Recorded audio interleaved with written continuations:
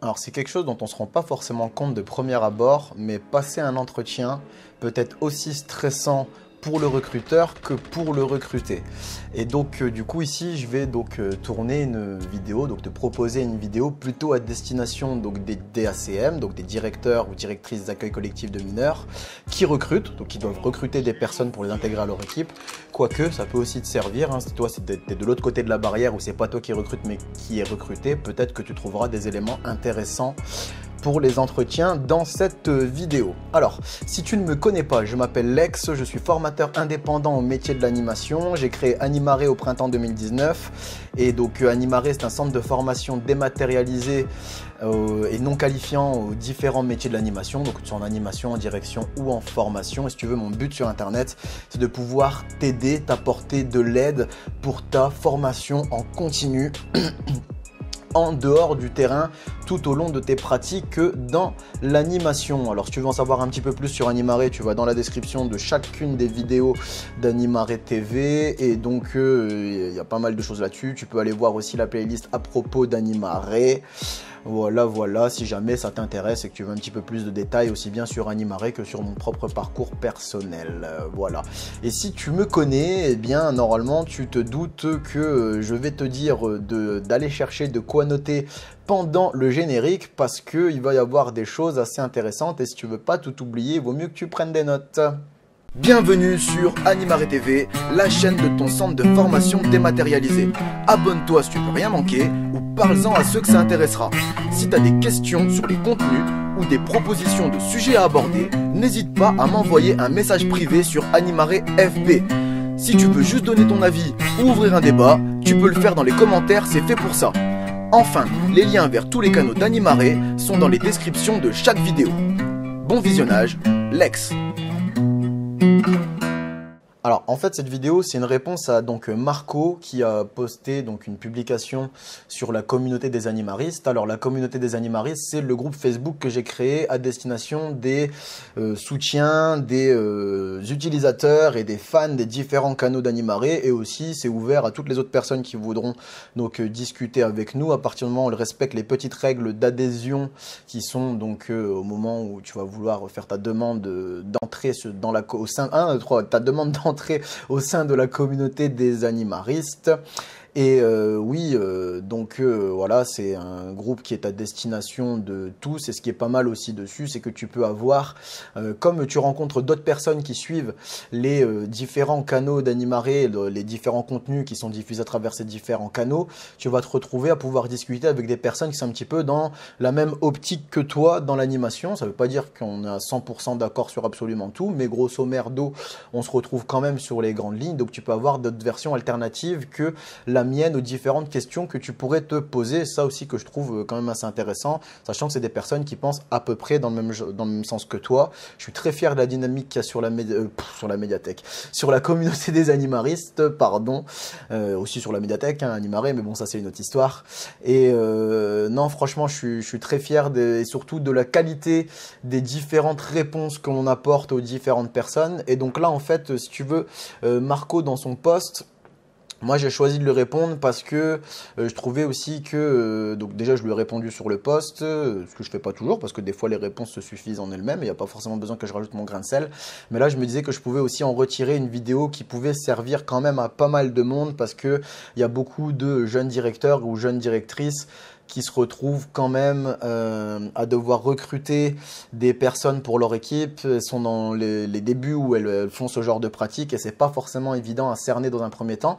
Et donc Nico nous expliquait donc sa situation où il allait devoir faire ses premiers entretiens en tant que directeur pour intégrer des personnes à son équipe et il se posait quand même pas mal de questions et peut-être que toi aussi tu te les poses et ce sont des questions qui sont normales hein, mais c'est pas évident dans un premier temps quand on n'a jamais fait ça de sa vie, mais c'est peut-être que voilà, tu te demandes toi au moment où tu vas faire passer les entretiens, comment est-ce que tu vas te présenter, comment est-ce que tu vas présenter l'accueil collectif de mineurs, qu'est-ce que tu vas demander aux postulants et comment est-ce que tu vas choisir ou recaler les différentes personnes qui vont donc passer les différents entretiens pour pouvoir postuler sur le poste à pourvoir au sein de ton équipe. D'accord ? Alors, ce qu'il faut aussi bien que tu comprennes, c'est que, bon, voilà, moi, je fais le mec qui ramène un petit peu ma science, qui apporte de l'aide sur Internet, mais moi aussi, je me suis posé toutes ces questions hein, dans le début de mes pratiques en tant que jeune directeur. Je me suis posé toutes ces questions-là, je suis passé par là, et c'est à force d'expérimentation que j'en suis venu à la méthode que je vais te proposer et la structure d'entretien que je vais te proposer, mais elle n'est pas sortie comme ça tout droit de mon chapeau, c'est l'expérience qui m'a fait en venir là, d'accord? Et aussi parce que je me suis renseigné, je cherchais à voir comment d'autres personnes faisaient, donc voilà, moi ce que je te propose ici, c'est de faire un raccourci en suivant mon expérience. Et ce qu'il faut te dire aussi, c'est que voilà, moi, j'ai plus d'une cinquantaine de directions derrière moi, où j'ai quasiment dû recruter des personnes que je ne connaissais pas pour au moins 80% d'entre elles. Et ben, si tu veux, même encore aujourd'hui, hein, voilà, je stresse toujours quand je dois recruter de nouvelles personnes. C'est quelque chose qui te met la pression aussi bien dans le choix que tu vas faire que dans le fait de devoir discuter avec ces nouvelles personnes. Et aussi, ben voilà, il m'arrive encore de faire des erreurs de recrutement, mais bon, ça, on va en parler un petit peu plus tard dans la vidéo, d'accord ? Alors, là ici, je te présente donc ma structure d'entretien, comment est-ce que j'articule ça. Alors, moi je vois ça en 7 points, d'accord, en 7 grands points. Alors, le premier point, c'est que je vais présenter le séjour. Alors, quand je dis présenter le séjour, c'est dans un premier temps bah, qui je suis, hein, forcément. C'est peut-être aussi les règles de politesse, de bienséance de base, c'est de dire qui tu es avant de commencer la suite, hein, d'accord. Donc, je vais expliquer qui je suis. Donc, je suis directeur du séjour, que j'ai été recruté par tel organisme, et je vais aussi en même temps, bien évidemment, hein, donner les dates et lieux de séjour. Ce que je vais faire aussi, c'est que je vais présenter aussi l'âge et l'effectif du public. Ça peut être aussi important pour les personnes que tu vas recruter de le savoir. Aussi, quelles sont les thématiques et thèmes s'il y en a. Donc, la différence entre la thématique et un thème. La thématique, c'est les activités pour lesquelles ils sont venus, les jeunes ou le public pour lesquels ils sont inscrits. Donc, par exemple, tu as des séjours équitation, tu as des séjours voile, tu as des séjours multisport, tu vois. Donc ça, c'est une thématique. Et après, tu as un thème. Le thème, c'est un petit peu, si tu veux, quel imaginaire on va mettre à un séjour. Donc le thème, ça peut être Star Wars, ça peut être la Grèce antique, ça peut être Harry Potter. Voilà, il y a plein de thèmes qu'on peut aborder. Mais voilà, une thématique ou un thème, c'est pas obligatoire à un séjour. Mais s'il y en a, je les présente. Voilà, je présente aussi quels sont les locaux qui sont à notre disposition, et donc ça va aussi permettre à la personne de pouvoir peut-être se projeter un petit peu. C'est pas la même chose de faire un séjour sous tente que de faire un séjour où on a que des petits chalets, ou de faire un séjour où on a une grande salle d'activité et juste un parc, ou alors de faire un séjour où on a plein de petits locaux, de bâtiments qui sont à notre disposition. T'as une piscine, t'as un gymnase, t'as une bibliothèque, t'as un terrain de tennis, t'as plein de trucs différents. C'est pas forcément la même chose, et donc ça permet quand même aux personnes de se projeter. Ce que je présente aussi, donc ce sont aussi le reste des effectifs de l'équipe pédagogique. Donc quand je dis équipe pédagogique, c'est aussi bien animation, direction comprise, hein, d'accord? C'est les deux qui forment une équipe pédagogique. Donc c'est qui d'autre, il va y avoir, combien on sera dans l'équipe, et un petit peu quels seront les rôles des différents membres. Et après, je présente aussi les autres particularités du séjour s'il y en a. Donc par exemple, sous quel type de contrat est-ce qu'on va travailler, est-ce qu'on a les frais de transport qui sont remboursés ou pas, est-ce qu'il y a des événements, donc par exemple un anniversaire, un intercolo ou un intercentre, etc. qui sont prévus, ou est-ce que, j'en sais rien, il y a une intégration de public, donc peut-être intégration de public handicapé au sein d'un séjour d'entre guillemets valide. Tu peux avoir de l'intégration aussi de jeunes qui viennent d'un autre pays, qui viennent donc découvrir les colos en France, comment est-ce que ça se passe, etc. Enfin bref, il y a plein d'autres particularités que tu peux avoir sur un séjour, et donc j'en profite pour les présenter à ce moment-là. Et donc tout ça, ça forme mon premier point, d'accord? Ensuite, le deuxième point que j'aborde, c'est que je demande, après avoir présenté ma personne et le séjour, donc tu vois bien que je passe plus de temps à présenter le séjour que ma personne, hein, mais donc ce que je fais, c'est que on inverse un petit peu la dynamique, et donc je demande à la personne de se présenter. Alors quand je lui demande de se présenter, déjà premièrement, elle va me dire ce qu'elle veut sur sa vie perso. Voilà, si elle veut me raconter ses études, son parcours, est-ce qu'elle a des enfants, quel est son autre métier à côté. Bon voilà, c'est ce qu'elle veut. Elle est même pas obligée de me détailler tout ça. Elle me dit ce qu'elle veut. Si elle veut rien me dire à propos de ça, moi c'est pas forcément ce qui m'intéresse. Mais si tu veux, ça permet quand même à la personne de se mettre à l'aise et de te présenter quand même la facette qu'elle a envie de te présenter d'elle-même. Et ça peut être aussi important pour mettre un petit peu à l'aise la personne en face de toi. Ok. Ensuite, moi, ce qui va m'intéresser vraiment derrière, dans ce que je vais lui demander de se présenter, c'est quel est son âge et quelle est son expérience. Alors, quel est son âge pour plusieurs raisons, tu vois. Par exemple, si tu as dans ton équipe des personnes mineures qui sont sous un contrat CEE, par exemple, eh ben, ça ne se gère pas de la même façon au niveau des congés que des adultes, d'accord. Donc, une personne qui est mineure, donc qui a moins de 17 ans, moins de 18 ans, pardon, les congés, normalement, si je dis pas de bêtises, hein, peut-être que ça a changé entre les deux, mais logiquement, tu es censé laisser à cette personne 48 heures de congés consécutifs pendant ses jours de repos. Donc, c'est quand même quelque chose qu'il faut se gérer. Aussi, l'âge, ça peut servir, tu vois, par exemple, si tu as quelqu'un qui vient d'avoir 18 ans, c'est peut-être pas super judicieux de le mettre avec des 15-17. Ça peut peut-être attendre que la personne soit un petit peu plus âgée. Voilà, tu peux avoir plusieurs raisons pourquoi est-ce que je demande l'âge, et aussi l'expérience de la personne. Moi, ça m'intéresse donc de savoir avec quel public est-ce qu'elle a déjà travaillé.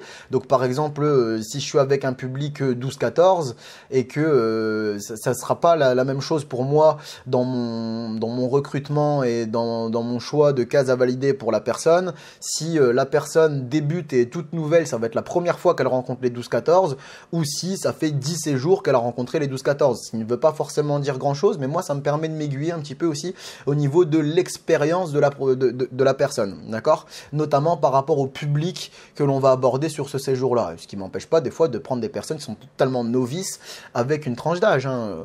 Ça peut arriver aussi, hein. D'accord. Ensuite, ce que je vais demander moi à la personne, c'est quelles sont ses préférences entre activité, vie quotidienne et vie collective. Alors, si ces notions-là sont pas très claires pour toi, activité, vie quotidienne, vie collective, je te propose d'aller voir cette vidéo dans laquelle je reviens dessus et qui donne quand même pas mal d'éclaircissements à ce niveau-là. Mais pour faire simple, activité, bon, je vais pas revenir dessus, hein. C'est quels différents jeux on va mettre en place, quelles activités, quelles sorties, voilà, qu'est-ce que tu préfères. Enfin, après, vie quotidienne, c'est tout ce qui va concerner les besoins individuels du public que tu vas encadrer, donc besoin d'alimentation, besoin de repos, besoin d'hygiène, etc. Voilà. Et la vie collective, c'est tout ce qui va concerner les instances de décision qu'on va prendre tous ensemble, collectifs, jeunes et adultes, ou en tout cas encadrants et publics réunis. Et aussi la régulation de la vie du groupe. Donc de temps en temps, s'il y a du recadrage à faire, ça c'est la régulation du vie de groupe, ou alors c'est prendre des décisions tous ensemble. Et donc pour prendre des décisions tous ensemble, il peut y avoir aussi l'analyse du vécu. Donc on a vécu ça, qu'est-ce que vous en pensez, ceci, cela, et maintenant on fait quoi à l'avenir? On prend une décision, on acte, et maintenant on fonctionne comme ça, ou on va préparer ça parce qu'on va faire ça pour la suite. Donc ça c'est ce qui est la vie collective. Donc moi je demande à la personne sur quel terrain elle se sent un peu le plus à l'aise. Et tu vas peut-être te rendre compte qu'il y a des animes qui sont plutôt vie quotidienne. Il y a peut-être des personnes qui sont peut-être un petit peu plus activité, tournées sur l'activité, et sur différentes façons de l'englober, hein, et voire des personnes qui sont un peu plus sur la vie collective. En fait, ce sont les trois facettes qui sont dans les métiers de l'animation face au public, et les trois sont importantes. On peut pas dissocier, on peut pas enlever une des trois. Les trois sont importantes dans les différents métiers de l'animation, que ce soit en animation, en direction, en formation, il faut prendre en compte. Alors, on n'est pas forcément tous hyper compétents sur les trois en même temps, mais moi, ça m'intéresse de savoir avec quoi la personne se sent le plus à l'aise, pour pouvoir, moi, dans mon équipe, aussi derrière, faire une équipe assez hétérogène. Si j'ai une équipe qui est à fond sur l'activité, ils sont tous pros de l'activité, ben, ce qui veut dire que j'ai plus personne qui gère la vie quotidienne, j'ai plus personne qui gère la vie collective. Donc moi, ça m'intéresse aussi d'avoir des profils un petit peu différents dans mon équipe. Voilà. Et enfin, la dernière chose que je vais demander à la personne, c'est quelle est sa vision du rôle de l'encadrant. Et donc, je vais spécifier, est-ce qu'on est sur un recrutement d'anime, un recrutement d'AS, un recrutement de surveillant de baignade, sur un recrutement d'adjoint. Et ben à ce moment-là, je vais lui demander quelle est sa vision du rôle de l'encadrant à ce moment-là. Si quand je vais dire ça à la personne, si c'est un petit peu flou pour elle, ce que je vais lui dire, pour toi, quel est le but d'un anime? Donc si on parle d'un anime, hein, quel est le but d'un anime? Ou alors qu'est-ce qui fait un bon, ou selon toi, qu'est-ce qui fait un bon ou un mauvais anime? Voilà, et toi, comment tu te positionnes là-dessus? Voilà, quel est ton rôle d'encadrant? Enfin, comment est-ce que tu vois ton rôle d'anime, d'adjoint, d'assistant sanitaire? Enfin voilà, c'est c'est un petit peu important aussi pour moi parce que tu vas voir que derrière cette question-là, les réponses, elles peuvent être totalement disparates et en fait elles dépendent vraiment de la personne. En fait, on voit pas forcément tous la même chose. Il y en a qui vont dire que le rôle d'un anime c'est de faire passer de bonnes vacances aux jeunes, de leur apporter de bons souvenirs. Et il y en a d'autres qui vont dire que le rôle d'un anime c'est d'aider un jeune à grandir, à se développer. Donc voilà, ce sont deux réponses complètement différentes et donc du coup toi ça te permet de faire un petit peu plus ton choix, ton tri par rapport à tes propres convictions. Ok ?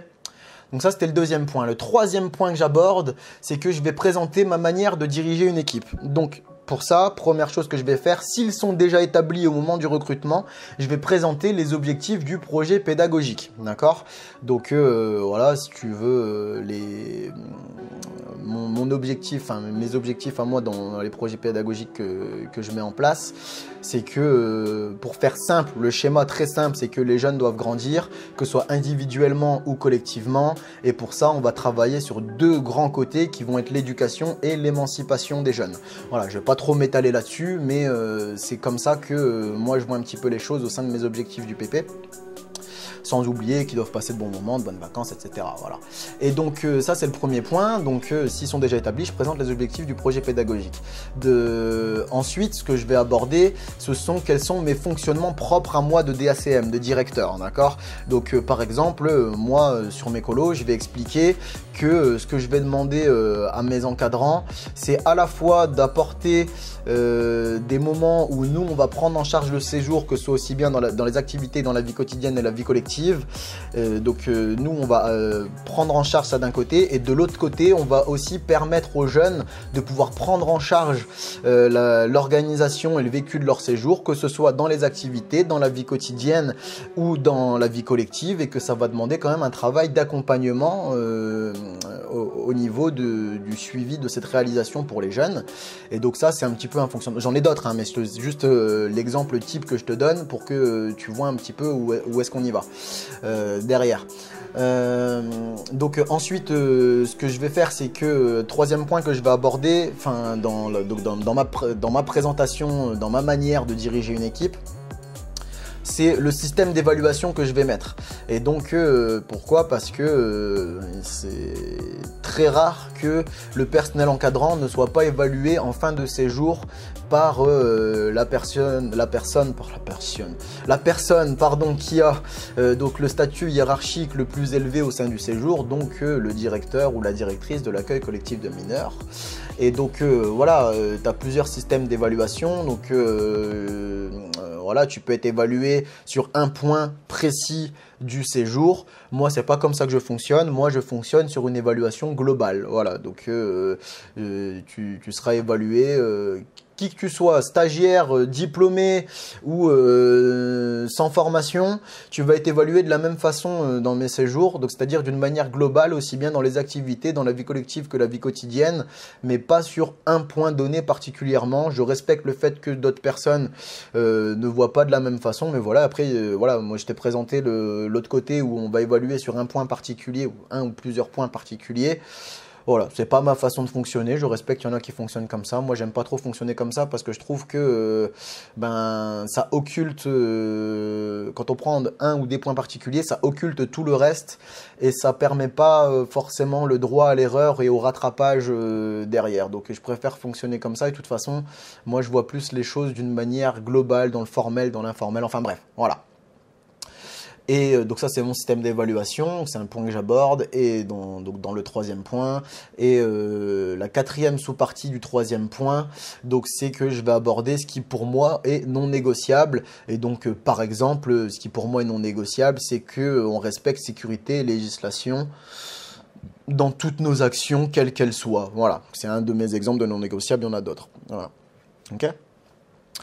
Une fois que j'ai présenté ça, ce que je vais faire, c'est que je vais demander à la personne de se projeter concrètement sur le terrain, en cohérence bien sûr avec les points 1 et 3. Donc les points où je vais présenter le séjour et les points où je vais présenter ce qui va l'attendre un petit peu sur le terrain dans ma manière de diriger une équipe. Donc premièrement, je vais lui demander des positionnements pédagogiques. Donc en gros, c'est comment tu réagis dans telle situation. Et alors, pour prendre un point d'éclairement, tu vois, ça peut peut être, voilà, les plats arrivent à table avec les jeunes. Comment est-ce que tu réagis? Est-ce qu'ils peuvent se servir ou est-ce que c'est toi qui t'occupes de servir les jeunes un par un? Voilà, quelle que soit la justification, j'écoute ton positionnement. Et voilà. Ce que j'aime bien dire aussi, c'est que je ne vais pas juger, je le dis tout de suite d'entrée, c'est que je ne vais pas juger tes propositions à partir du moment où elles sont argumentées. Voilà, c'est respectable à partir du moment où tu as une justification sur ton positionnement. Voilà, ce que je demande quand même à la personne de justifier sa position. Si je reprends mon exemple de est-ce qu'elle laisse ou pas les jeunes se servir à table, c'est pourquoi derrière. C'est ça aussi qui m'intéresse. Ok ? Ensuite, je vais aussi lui demander donc des propositions d'action. Alors, j'ai bien dit d'action, pas d'activité, parce que une action, tu peux la revoir en activité, en vie quotidienne ou en vie collective. Et donc ça peut être la personne peut me proposer une activité ou des activités, peut me proposer des actions de vie quotidienne. Donc, par exemple, tu as une méthode bien particulière pour le lavage des mains ou pour les douches ou pour les repas à table. Voilà. Vas-y, propose. Ou alors en vie quotidienne, en vie collective, pardon, tu as une proposition de nouvelle méthode de réunion. Bah, vas-y, propose, il y a pas de souci. Hein. Moi, je suis ouvert. De toute façon, ce n'est qu'une proposition.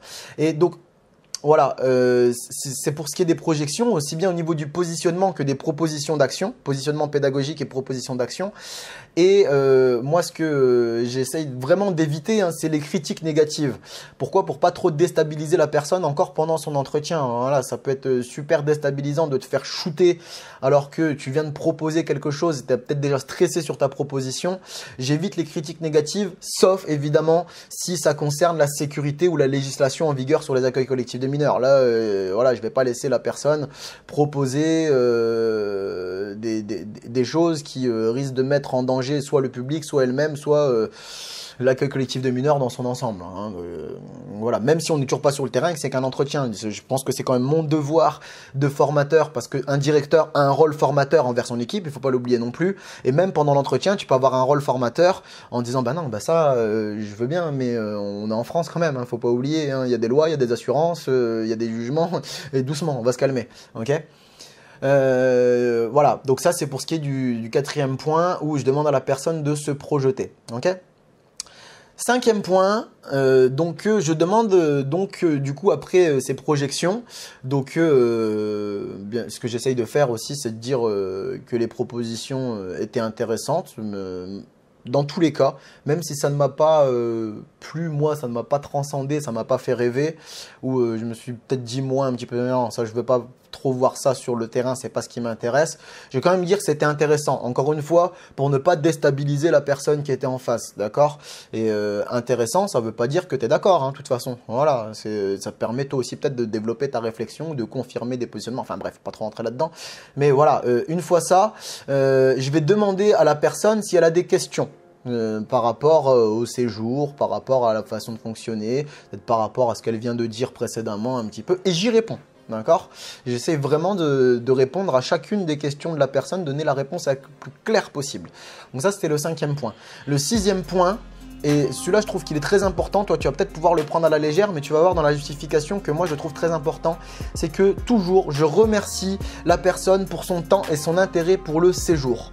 Pourquoi? Parce que toi, ça te permet aussi quelque part d'asseoir ton sérieux et ta crédibilité de directeur ou de directrice. Ça veut dire que tu ne prends pas les choses à la légère et que en fait, c'est ça le message que tu transmets. C'est je ne prends pas les choses à la légère, donc toi non plus ne prends pas les choses à la légère au cas où je finirai par te recruter dans mon équipe. Tu vois que je déconne pas avec ça et que c'est pas un truc qu'on fait à l'arrache. D'accord? Voilà. Donc ça c'était le sixième point. Et enfin en septième point, j'explique à la personne que je la recontacterai pour le résultat. Et je le fais à chaque fois, d'accord? Même si le résultat est négatif, même si j'en ai 40 à recontacter, un message, ça suffit, tu vois. Mais au moins, c'est fait. Moi, je préfère appeler personnellement, mais un petit message, un petit mail à minima, si tu n'as pas le temps de discuter avec les personnes, eh ben, au moins, tu montres que voilà, tu es quelqu'un de sérieux, consciencieux, rigoureux, et que la personne en face, même si c'est négatif, le temps qu'elle t'a donné, le remerciement du temps qu'elle t'a donné pour l'entretien a à minima, c'est de lui répondre. Ok. Bon, ça, c'est mes convictions. Hein, t'es pas obligé de les partager, mais je pense que c'est important quand même. Aussi, ce que je fais, voilà, j'explique que je recontacterai la personne pour le résultat. Pourquoi? Parce que je ne donne jamais le résultat à chaud directement pendant l'entretien. Même si j'ai des certitudes qu'elles soient positives ou négatives, même si je suis sûr de ne pas prendre la personne, si je suis sûr de prendre la personne, je donne pas la réponse tout de suite. Pourquoi? Parce que ça permet aussi, alors à la fois dans le cas où tu recrutes la personne, ça permet peut-être des fois aussi toi de préserver ta crédibilité de directeur ou de directrice. Parce que tu as peut-être des personnes, et je te dis c'est du vécu, hein, qui vont se dire ouais bah c'est bon, je l'ai embobiné à l'entretien, maintenant t'inquiète pas, j'ai réussi à faire de la flûte et tout, voilà, il m'a mangé dans la main et directement à l'entretien il dit et donc sur le terrain j'arrive en ayant un petit peu la grosse tête ou en croyant que j'ai un petit peu les pleins pouvoirs ou des passes droits parce que j'ai cartonné à l'entretien. Voilà, c'est rare mais ça arrive, d'accord? Donc pour cette raison, j'évite de donner les réponses quand elles sont positives. Et pour ce qui est des réponses négatives, ben en fait, ça permet aussi de toi d'éviter soit des disputes ou des justifications à rallonge pendant cet entretien-là qui peut aussi être stressant pour toi aussi en tant que recruteur ou recrutrice. Hein. Donc voilà, j'évite de donner les réponses à chaud. Et en cas de refus, quand je recontacte, ce que je fais, c'est que je justifie par contre mon refus. Je dis pas non, juste je te prends pas. Et en général, ce que je fais, c'est que je le justifie par un autre profil correspondant plus à mes attentes de DACM. Donc cet autre profil, s'il faut derrière justifier l'autre profil, je peux le justifier sur plein de points différents. Hein, mais donc je vais donner là 2-3 points pour t'aiguiller, mais après toi tu prendras le point que tu voudras pour justifier. Ça peut être sur des visions du rôle de l'encadrant en question, sur différentes propositions d'action ou différents positionnements pédagogiques où tu as trouvé que c'était plus intéressant, au niveau de l'expérience aussi, ça peut être ça. Enfin voilà, quelle que soit la raison, des fois juste tu la sens pas la personne, t'as pas envie, tu vois, mais ça peut être quand même à la fois malsain et pas cool de dire à la personne bah je te sens pas, et de lui dire comme ça. C'est de trouver, en fait, donne une justification pédagogique, d'accord, réelle, concrète par rapport à un élément dont tu as pu t'appuyer sur l'entretien, d'accord. Voilà, peut-être des fois ça va être ben ouais mais moi j'ai déjà 5 garçons dans mon équipe, ce serait bien pour la parité que je recrute une ou deux filles, voilà, mais des fois de le dire comme ça peut poser problème, et ben tu justifies par une autre raison, j'avais un autre profil plus intéressant au niveau de l'expérience, la vision du rôle, nanana. Même si c'est pas la vraie raison, au moins donne une raison, ça permet à la personne aussi de se faire une raison derrière, de pas se dire ben elle m'a pas pris parce qu'elle m'aime pas, d'accord. Bon, voilà, donc ça c'est, tu vois, c'est un petit peu de la ruse, mais je pense que c'est important quand même de pas laisser les personnes le bec dans l'eau et dans l'attente et de leur donner une justification au refus, même si c'est pas la vraie justification cruelle et véritable pour laquelle tu ne veux pas recruter cette personne-là, ok? Et donc si jamais il y a accord, je recontacte la personne pour lui dire que soit je le fais directement ou alors je dis que je vais la recontacter plus tard pour les détails administratifs et logistiques. Donc administratif, ça peut être des fiches de renseignement, etc. sur la personne, donc classique aux différents organismes quand on recrute une nouvelle personne. Et logistique, c'est tu arrives comment, on se voit quand, est-ce qu'il y a des réunions de préparation, etc. Est-ce qu'on se fait un groupe WhatsApp, est-ce qu'on se fait des réunions sur Dropbox, etc. Enfin, des différents outils qui nous permettent de faire de la réunion en ligne en fait, tu vois, voilà, à minima. Et donc ça c'est le minimum, et après il y aura peut-être d'autres raisons pour lesquelles contacter la personne, peut-être pour préparer des projets concrets, etc. Aller faire du repérage de ceci, de cela. Bon, il peut peut-être y avoir plein de raisons, d'accord? Alors, ça, ce sont donc les 7 points dans lesquels je structure mon entretien. Donc, je vais te les récapituler. Donc, premièrement, je présente le séjour. Deuxièmement, je demande à la personne de se présenter. Troisièmement, je présente ma manière de diriger une équipe pédagogique. Quatrièmement, je demande à la personne de se projeter sur des des cas concrets en cohérence avec le premier et troisième point, et bien sûr avec le sien en deuxième, hein, mais des cas concrets de projection sur le terrain. Cinquièmement, je demande à la personne si elle a des questions. Sixièmement, je lui propose, pardon, je la remercie pour son temps et son intérêt pour le séjour. Et septièmement, je lui explique que je la recontacterai plus tard. Ok ? Pour lui donner le résultat de l'entretien. Alors, tu remarqueras que moi, je suis pas trop sur de la question piège au sein de mon entretien, parce que pour une simple et bonne raison, je pense que c'est déjà un entretien assez stressant pour tout le monde, pour en plus y rajouter des questions qui sont par-dessus stressantes, genre les questions pièges, quand on dit « Ah, c'est quoi tes 3 défauts, tes 3 qualités ?» Alors, en plus, on se borne à 3, voilà. Déjà, quand on parle de défauts et de qualités, je préfère parler de force et faiblesse, parce qu'un défaut, ça peut facilement, avec une pirouette, se retourner en qualité. Mais bon, bref, c'est moi ce que j'appelle les questions très déstabilisantes et qui, en soi, quand tu vois l'articulation que je fais de l'entretien avec vraiment de l'intérêt, est-ce que vraiment il y a besoin de savoir quelles sont les forces et faiblesses de la personne? Non, ce qu'il y a besoin de savoir, selon moi, hein, c'est quelle est sa vision du rôle de l'encadrant, donc de l'anime, si tu recrutes un anime par exemple, et qu'est-ce qu'elle peut te proposer, comment est-ce qu'elle va s'accorder au fonctionnement que tu vas vouloir mettre en place. C'est beaucoup plus intéressant, je pense, que de savoir est-ce que c'est quelqu'un qui est déterminé, quelqu'un qui prend trop de place dans un groupe, etc., etc. Enfin, c'est intéressant aussi, mais je pense que ce sont des choses dont on peut discuter sur le terrain et qui n'ont pas forcément, à mes yeux, de grand sens au sein de l'entretien. Je pense que c'est plus de l'ego trip de recruteur qu'une façon où on va retirer des choses concrètes et applicables sur le terrain. Après, bon, voilà, chacun y met la justification qu'il veut, hein. Je critique pas forcément les personnes qui font ça, elles font ce qu'elles veulent. Moi, c'est pas ma façon de faire, en tout cas. Voilà. Et mais si tu veux, pour te dire, moi, comment est-ce que je vois l'entretien? Pour moi, c'est un petit peu, je fais le parallèle avec les lettres de motivation, en fait. Où, en fait, que ce soit dans un entretien ou dans une lettre de motivation, dans sa dynamique interne pure, ce qu'on va chercher à savoir, c'est le toi, le moi, et comment est-ce qu'on va faire avec le toi et le moi pour faire un nous, en fait. Et c'est ça qui est intéressant. J'ai fait une vidéo là-dessus où je parle un petit peu de ça et aussi des galères de recrutement sur internet, c'est les galères de recrutement séjour. Donc tu peux aller la voir, la vidéo elle est là.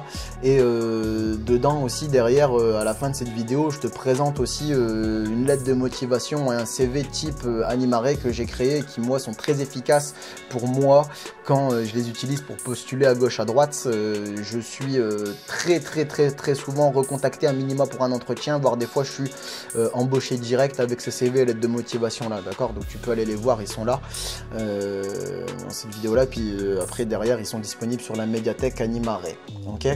Et en fait, si tu veux, aussi bien dans les lettres de motivation, CV, que dans les entretiens qui soient téléphoniques ou physique, en fait, hein, c'est la même chose.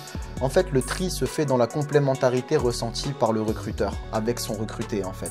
C'est là qu'on fait le tri, sur, à moins qu'il y ait d'autres impondérants obligatoires, voilà, à gauche, à droite, des fois tu as des impositions de l'organisme, etc. Mais en général, le tri se fait comme ça, sur la complémentarité entre ce que va proposer le recruteur, ce que va demander le recruteur et ce que peut proposer en face la personne recrutée. On en fait un mix des deux, et donc c'est le nous, et donc c'est sur le nous le plus intéressant qu'on va faire le tri, qu'on va faire le choix en tant que recruteur. C'est ça qui nous intéresse vraiment, si tu veux. Et bon voilà, donc tu vois, cette méthode elle m'appartient, elle est à moi. Bah, maintenant je te la présente, donc si tu veux te l'approprier, il n'y a pas de souci. Du coup, voilà, c'est quand même une méthode que je trouve très efficace, et elle est efficace à un point que depuis que j'ai cette structure-là, donc ça va faire 3-4 ans que je travaille sur cette structure-là d'entretien, et je suis à environ, voilà, plus ou moins, ça dépend, hein, ça dépend des années, mais je suis à environ une erreur de recrutement sur une trentaine de recrutements que je fais par an. Et donc avec cette méthode. Donc voilà, après, comme je te disais tout à l'heure en début de vidéo, les erreurs de recrutement, ça peut toujours arriver. Même, il n'y a pas de méthode parfaite, hein. Tu peux toujours te tromper au point d'un recrutement. Pourquoi? Parce qu'on travaille avec les humains et que les humains, leur force, c'est de pouvoir s'adapter. Et donc, du coup, en fait, voilà, tu peux avoir en entretien quelqu'un qui t'a déboîté l'entretien. Tu te dis, waouh, c'est magnifique, c'est génial. Et en fait, cette personne est très intelligente dans la psychologie humaine et en fait, tu as dit ce que tu voulais entendre, ce que tu avais besoin d'entendre et tu te dis, waouh, c'est cette personne-là que je veux. Mais en fait, sur le terrain, il n'y a pas forcément de lien entre ce qu'elle fait et ce qu'elle dit parce que c'est une personne qui avait réussi à te dire ce que tu avais envie d'entendre mais qui n'est pas forcément en capacité ou qui n'a pas forcément envie de faire ce qu'elle t'a vendu en entretien une fois arrivé sur le terrain. Ça arrive, ça arrive. Mais en tout cas, avec cette méthode-là, j'en ai quand même beaucoup moins. Et je pense que le tri, la sélection, le filtre, en fait, se fait au niveau des projections. En fait, quand tu demandes aux personnes de se projeter sur le terrain, ben, en général, elles se projettent sur des choses qu'elles ont déjà vécues. D'accord? Il y en a certaines qui se projettent sur de l'invention. Donc quand je dis invention, c'est pas négatif, hein, c'est quelque chose qu'elles vont inventer, se dire bon, ben, je pourrais faire ça, j'ai jamais fait ça, mais je pourrais faire ça. Mais voilà, mais après voilà, je te dis, t'es pas à l'abri de l'erreur de recrutement et l'erreur de recrutement c'est dans les deux sens. Hein. Tu sais, tu peux avoir des personnes, tu te dis oh mais toi tu m'as trop fait un entretien pourri, tu me fais flipper, j'ai pas envie de te recruter et en fait cette personne-là tu la recrutes pas alors qu'arriver sur le terrain ça aurait peut-être pu être le meilleur élément de ton équipe en fait. L'entretien, il faut pas oublier que l'entretien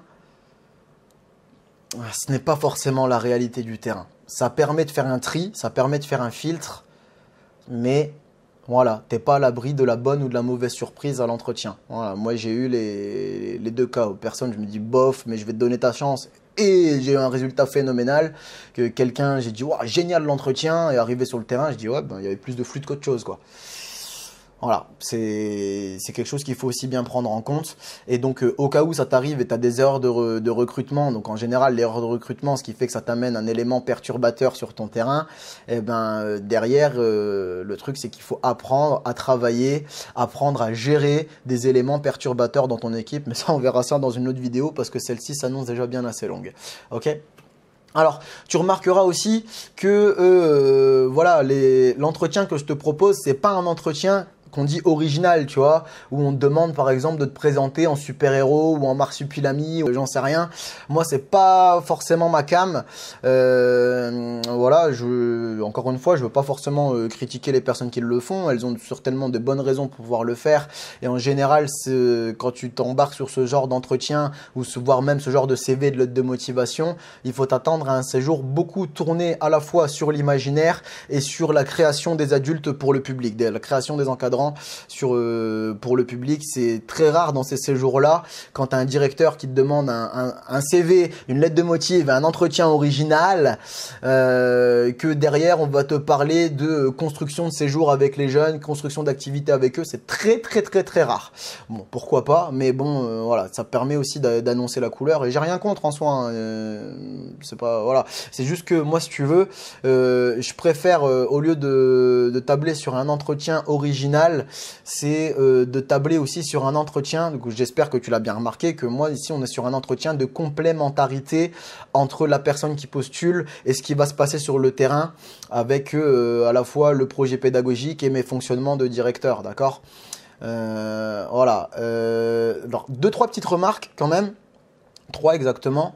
C'est que il faut pas oublier non plus dans ce type d'entretien, faut ne pas hésiter à orienter les personnes avec des cas concrets, à les aiguiller si besoin.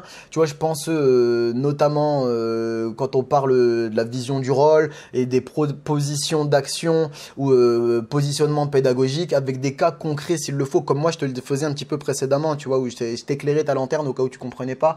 Pourquoi? Parce que n'oublie pas que la personne peut être stressée en face et le stress peut lui faire perdre ses moyens, elle serait pas stressée, elle aurait réussi à répondre sans problème, ou alors ça peut être aussi de l'incompréhension, peut-être que la personne n'a pas compris, ou peut-être que toi aussi t'étais pas assez compréhensible, parce que tu t'es mal exprimé, parce que tu étais stressé pour X ou Y raison, mais n'hésite pas à aiguiller la personne si tu vois qu'elle pêche un peu, voilà, il y a rien aussi de plus déstabilisant pour une personne qui va être recrutée que de chercher ses mots, de pas les trouver, et d'avoir soit au téléphone, soit en face, quelqu'un qui dit rien et qui attend.